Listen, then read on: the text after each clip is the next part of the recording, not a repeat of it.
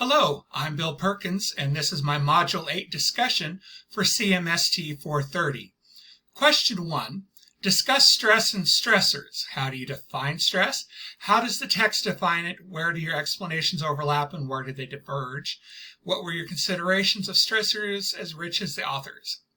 What about interventions to stress? The text defines stress on page 348 as physiological reactions that mess with the body's normal functioning caused by mental, physical, or emotional strain. I define stress as those things that interfere with my ability to enjoy my life. I do not count what the book calls eustress as that kind of stress because it's enjoyable and it's a natural part of life. Such as watching a horror movie may cause stress, but some of us enjoy it.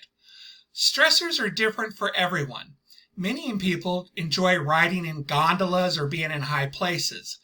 I, however, find those situations to be extremely stressful. It's all about how we as individuals interpret the mental, physical, or emotional strains that we are experiencing. I have also known individuals that never seem to react to emotional stress or levels of high emotion. They seem to be on an even keel all the time, or perhaps it was just some really good medications. Page 349 introduces psychological stress from feeling a lack of control, physical stress from things like loud noise, extreme temperatures, and overcrowding, behavioral stress from work overload and decision making, and communicative stress from having to interact with people you don't care for, being micromanaged, or feeling that your communication is being restricted or controlled. Now think about being locked up in a prison. Prisoners deal with all of those stressors on a daily basis, which frequently leads to conflicts, substance abuse, counterproductive behaviors, and also aggressive behaviors. Looking at organizational responses to stress on page 356, I would hazard to guess that all of the organizational responses to stress that I have encountered have been perfunctory at best. Stress management training usually occurred during monthly staff meetings when one of the supervisors would walk us through some basic physical exercises or meditation. We'd then be told that when we feel stress, we should employ one of these techniques. However, I never had the time or resources at work to engage in those techniques. We were encouraged rather to do them at home or at the beginning and end of our shifts on our own time. Employee assistance programs were either run through an insurance carrier or administered by an HR employee and shopped out to third-party contractors, all of which created more burden on the employee as paperwork had to be filled out and non-experts made the determination of need. Also, the services were usually of pretty low quality. Question number 2. Like stress, we frequently find conflict in organizations. How is your definition and experience of conflict similar and different from the text? What are things that the authors present that you should be aware of or wish you'd previously been aware of? Are there any concepts, approaches, or ways to think about stress you believe are missing?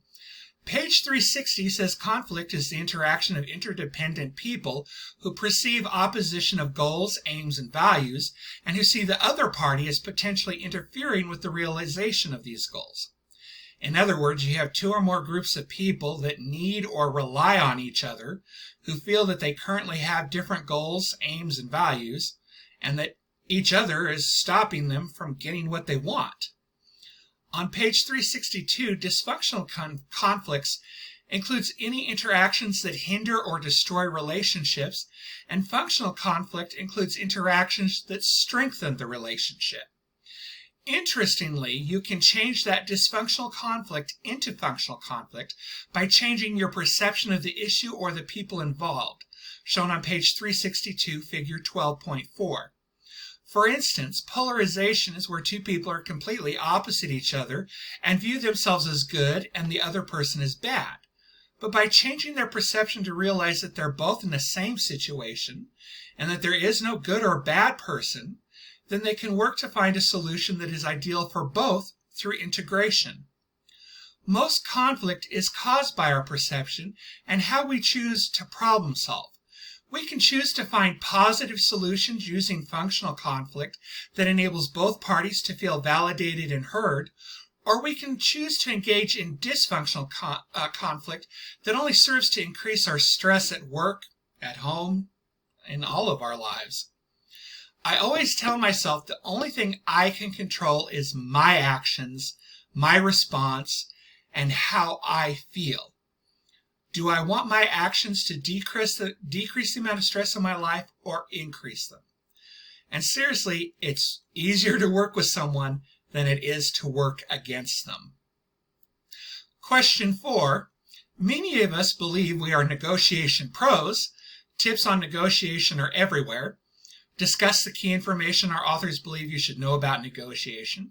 How does it align with what you believe you already know? What is new for you? How do you think their framework may assist you or inform your next negotiation?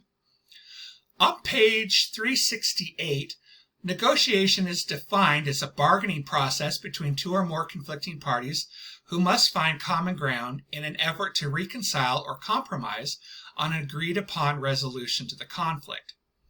The book looks at distributive and integrative negotiation strategies on page 369. In distributive negotiation, two parties are trying to increase their gains and decrease their losses. The only way to do this is to have a compromise or have a win-lose solution. Communication in this situation is about information seeking so that each side learns more about the other party's true intentions and goals. In integrative negotiation, parties are trying to maximize their gains for both sides. The focus is on information sharing as each is working together to find the ideal solution for the problem that works for both of them. They then offer information on the 4 types of players in a negotiation using the axis of low to high trust and low to high agreement. The most advantageous is, of course, when you have high trust and high agreement, as found in allies. Allies will support our decisions, and we need to maintain the same level of trust with them. We also need to listen to their concerns or hesitations about our decisions. An example of this is the United States of America and England or Germany or France. The least advantageous is low trust and low agreement, as found in adversaries. These types of individuals take the most energy and time trying to convince them about our intentions and purpose. You must communicate this and understand their concerns, address any problems, and devise a plan to work together. An example, the USA and the Middle East. The other 2 types are bedfellows, which have a low trust but high agreement. Most countries are bedfellows with other countries.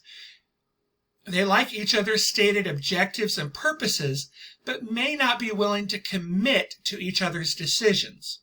An example, the USA and China. And then we have opponents who have high trust but very low agreement. They may not agree on objectives, decisions, or intentions. However, they want a high trust relationship, such as the USA and Russia. We do not agree on how each other operates, but we want a high trust relationship in order to avert war or conflict with the other. The book also discusses third-party interventions on page 372. Arbitration uses third parties to review arguments and make legally binding decisions. Mediation done by mediators take no sides and try to facilitate conversation and help both parties come to an amicable agreement.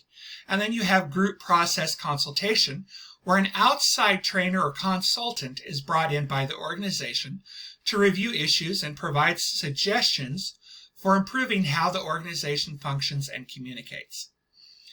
I think that in the past I was focused more on a distributive negotiation with both parties having to compromise or accept a win-lose scenario.